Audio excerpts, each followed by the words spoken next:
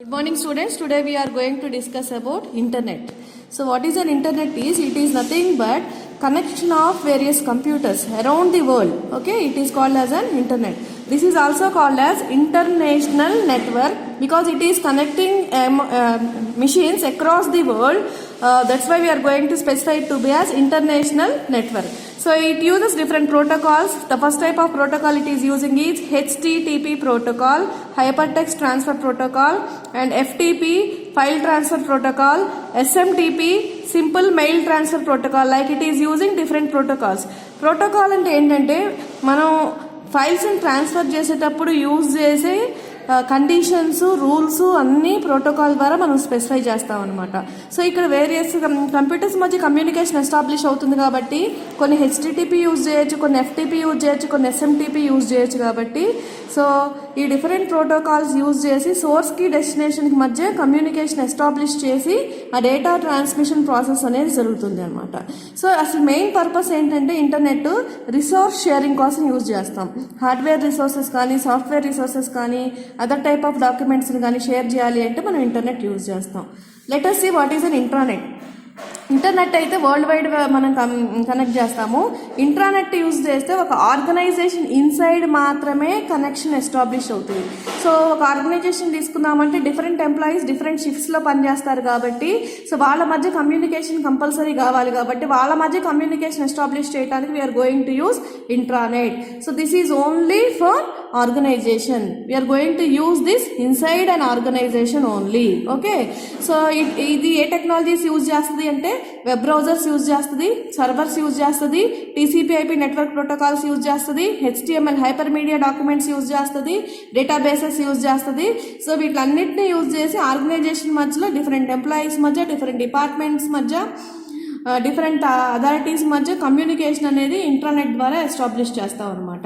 So ఇది protect చేస్తాం. ఎలా ప్రొటెక్ట్ చేస్తాము అంటే సెక్యూరిటీ మెజర్స్ యూజ్ చేస్తాం అనమాట. పాస్వర్డ్స్ కానీ ఎన్క్రిప్షన్స్, ఫైర్ వాల్స్ ఇవన్నీ యూజ్ చేసుకొని ఓన్లీ ఆథరైజ్డ్ యూజర్స్ మాత్రమే యాక్సెస్ చేసేటట్టు ప్రొటెక్షన్ అనేది మనం ప్రొవైడ్ చేస్తాం.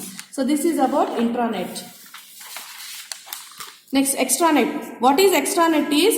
Extranet are nothing but networks that links various internet technologies to interconnect the intranet of a business with intranet of its customers, suppliers and other business partners. ఒక intranet బిజినెస్ని వేరే intranet customers, suppliers, business పార్ట్నర్స్ని connect చేయడానికి use చేసేదే extranets అనమాట. So various companies extranets use చేస్తాయి అనమాట. Use చేసి లింక్ చేస్తాయి. ఎవరెవరిని లింక్ చేస్తాయి? కస్టమర్స్, సప్లయర్స్, అదర్ బిజినెస్ పార్ట్నర్స్ని లింక్ చేసి బిజినెస్ అనేది సెక్యూర్డ్గా ఎస్టాబ్లిష్ చేసుకోవడం కోసం ట్రై చేస్తుంది అనమాట. Okay, so this is extranet. Let us see what is an e-commerce.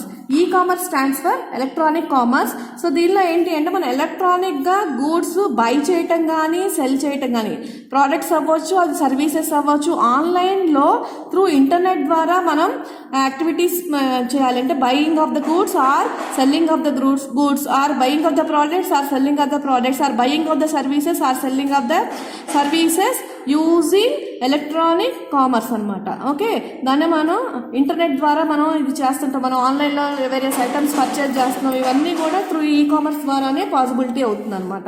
So A technologies use చేస్తుంది? ఇది మొబైల్ ఈ కామర్స్ యూజ్ చేస్తుంది, electronic fund transfer, supply chain management, internet marketing, online transaction processing, electronic data interchange, inventory management systems and automated data collections ఇవన్నీ కూడా మనం e commerce ద్వారా చేయొచ్చు. So చూడండి, ఈ మొబైల్ ఈ కామర్స్ ద్వారా ఏంటి, మన మొబైల్ ద్వారా మనం ఏదైనా బై చేయొచ్చు, ఏదైనా సెల్ చేయొచ్చు.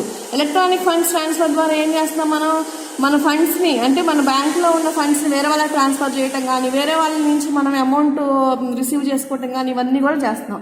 సప్లై చైన్ మేనేజ్మెంట్లో ఏంటి, ఆర్గనైజేషన్లో మనకి ఏదైనా ప్రోడక్ట్ ప్రొడ్యూస్ చేయాలంటే రా మెటీరియల్స్ ఇవన్నీ కావాలి. ఆ సప్లై చైన్ మేనేజ్మెంట్ ప్రాపర్గా లేకపోతే మనకి రా మెటీరియల్స్ టైంకి రాకపోతే మన ప్రొడక్టివిటీ ఆగిపోతుంది. సో వాటిలన్నింటినీ కూడా మనం మెయింటైన్ చేయొచ్చు. సో ఈ కామర్స్ ద్వారా మనకి చాలా అడ్వాంటేజెస్ ఉన్నాయి అనమాట. So nowadays e commerce is going to play leading role in the industry. Okay, so ఇప్పుడు ఈ కామర్స్ తీసుకున్నాము అంటే ఫర్ ఎగ్జాంపుల్ బుక్స్ పర్చేజ్ చేయాలి, మనం ఆన్లైన్లో బుక్స్ పర్చేజ్ చేయాలి అంటే అమెజాన్ సైట్ యూజ్ చేస్తాము. లేదా మ్యూజిక్ పర్చేజ్ చేయాలి అని అంటే వేరియస్ ఐట్యూన్స్ నుంచి కానీ, ఓకే, లేదా డిజిటల్ డిస్ట్రిబ్యూషన్ సైట్స్ కానీ ఇట్లా వేరియస్ సైట్స్ నుంచి మనం మ్యూజిక్ పర్చేజ్ చేయొచ్చు.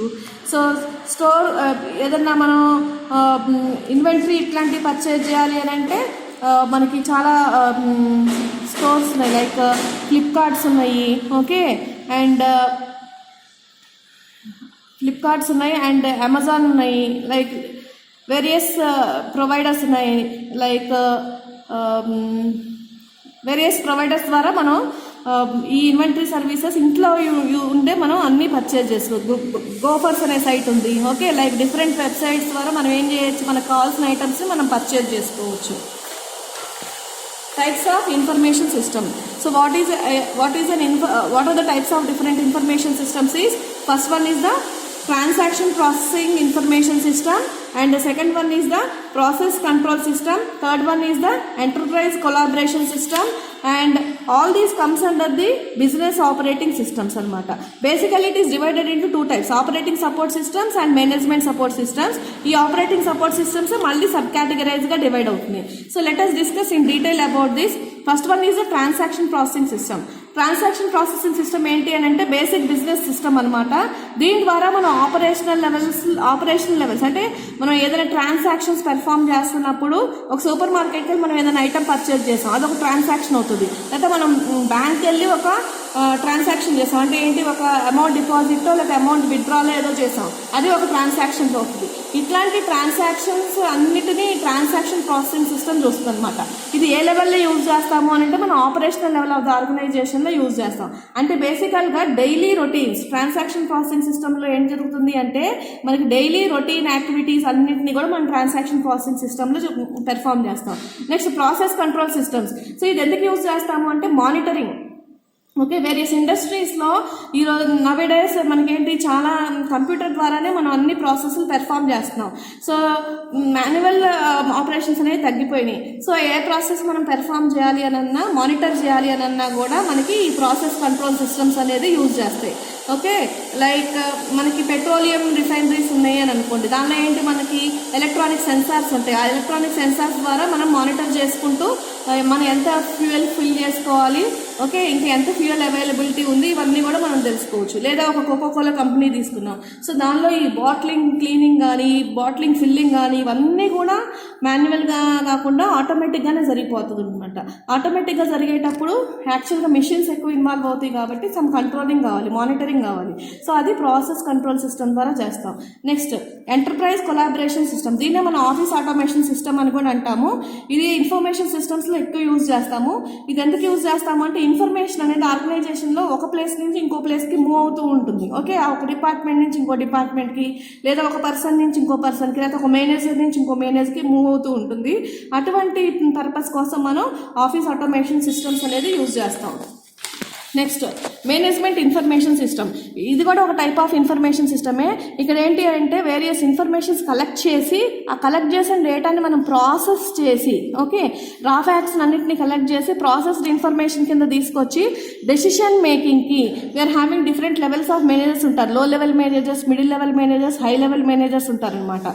సో ఎవరికి కావాల్సిన ఇన్ఫర్మేషన్ ఎవరి రేంజ్లో వాళ్ళు డెసిషన్ తీసుకుంటారు కాబట్టి ఎవరికి కావాల్సిన ఇన్ఫర్మేషన్ వాళ్ళకి మనం ప్రొవైడ్ చేస్తాం అనమాట. దానికి మేనేజ్మెంట్ ఇన్ఫర్మేషన్ సిస్టమ్ యూజ్ చేస్తాం. So next decision support system.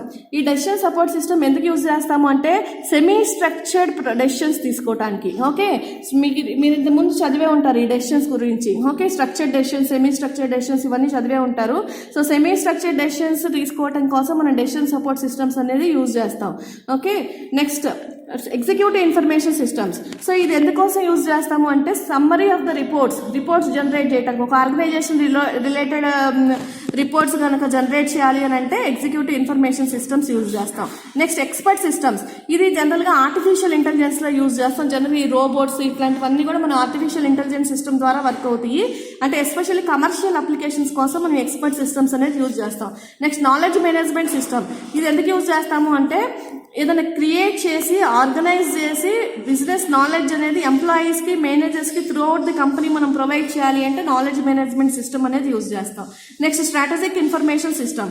So ఇది ఎందుకు యూజ్ చేస్తాము అంటే హై లెవెల్ మేనేజర్స్ ఎప్పుడు స్ట్రాటజిక్ డెసిషన్స్ అనేది తీసుకుంటారు. అంటే 1 yearకి 5 yearsకి కంపెనీ గ్రోత్ గురించి కావాల్సిన రిలేటెడ్ డెసిషన్స్ అనేది తీసుకుంటారు. అట్లాంటి డెసిషన్స్ తీసుకోవడం కోసం ఈ స్ట్రాటజిక్ ఇన్ఫర్మేషన్ సిస్టమ్స్ అనేది యూజ్ చేస్తాం. దీని ద్వారా ఏంటి అంటే ఆర్గనైజేషన్స్ యొక్క ప్రొడక్టివిటీ, బిజినెస్ ఆపరేషన్స్ అన్నీ కూడా ఎఫెక్ట్ అయి ఉంటాయి అనమాట.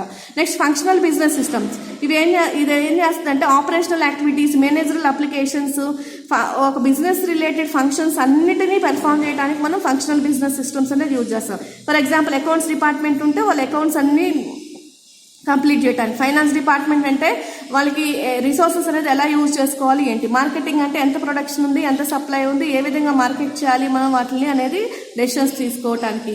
సో అటువంటి కేసెస్లో మనం ఫంక్షనల్ బిజినెస్ సిస్టమ్ యూజ్ చేస్తాం. Next sales and marketing information system.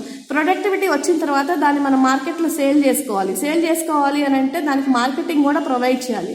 So that is the responsibility of the sales managers. Okay, ఒక ప్రోడక్ట్ డెవలప్ అయి వచ్చిన తర్వాత సో మార్కెటింగ్ ఇచ్చి ఆ పర్టికులర్ ప్రోడక్ట్కి సో ఈ మార్కెట్ ద్వారా కరెక్ట్ కస్టమర్స్ని ఐడెంటిఫై చేసుకొని ఆ ప్రోడక్ట్ ఆ కరెక్ట్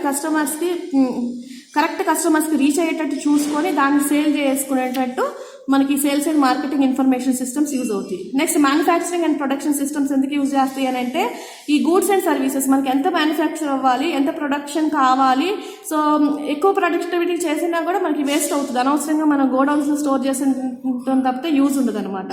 సో ఏ ప్రోడక్ట్ ఎంత మ్యానుఫ్యాక్చర్ చేయాలి, ఎంత ప్రొడక్షన్ చేయాలి అనేది manufacturing and production systems time to time, ఒకవేళ మనకి టైంకి ప్రొడ్యూస్ అయిపోయినా మనకి వేస్ట్ అవుతుంది. ఓకే, సో ఎక్కువ ప్రొడ్యూస్ చేసినా వేస్ట్ అవుతుంది కాబట్టి సో దానికి కావాల్సిన ఎక్విప్మెంట్ ఏంటి, దానికి కావాల్సిన మెటీరియల్స్ ఏంటి, లేబర్ ఏంటి, సో ఆ ఫినిష్డ్ ప్రోడక్ట్స్ అన్నీ ఎలా స్టోర్ చేయాలి అన్నీ కూడా ఆ ఇన్ఫర్మేషన్ సిస్టమ్ చూస్తుంది. Next financing and accounting information system.